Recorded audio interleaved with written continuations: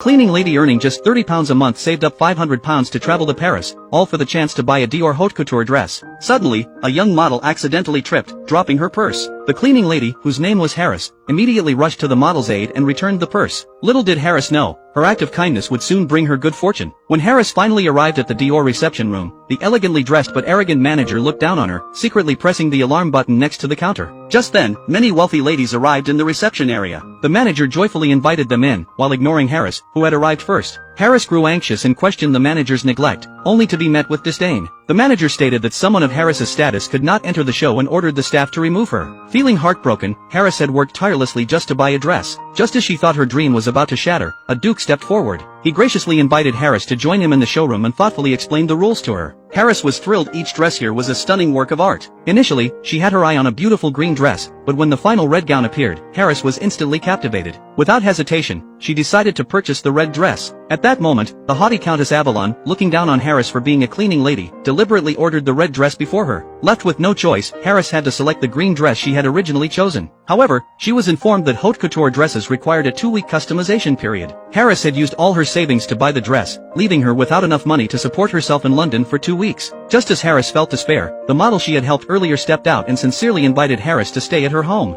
Finally, Harris could continue pursuing her dream. Every day, Harris would go to Dior for measurements, watching her dream gradually come to life. She felt incredibly happy. During this time, her relationship with the Duke grew closer. One evening, after attending a dinner party together and drinking too much, Harris overslept the next morning and missed her measurement appointment. When Harris rushed to Dior, the tailor, feeling disrespected, refused to continue making her dress. Harris pleaded with the manager for help, but the manager only looked at her coldly. The manager's assistant, unable to bear the situation, secretly brought Harris to the tailoring room. Harris expressed genuine admiration for the dress, and her passion moved the tailors. They jointly requested to continue crafting the dress for her, allowing Harris to keep pursuing her dream. The next day, Harris was invited to the Duke's home. Just as she mistakenly believed the Duke had feelings for her, he explained that he had been bullied at boarding school as a child. At that time, a female cleaner had taken great care of him. When he first met Harris, he felt a strong sense of familiarity, reminding him of the cleaner who had cared for him in his youth. It was then that Harris realized the Duke didn't have feelings for her, he simply saw the shadow of an old acquaintance in her.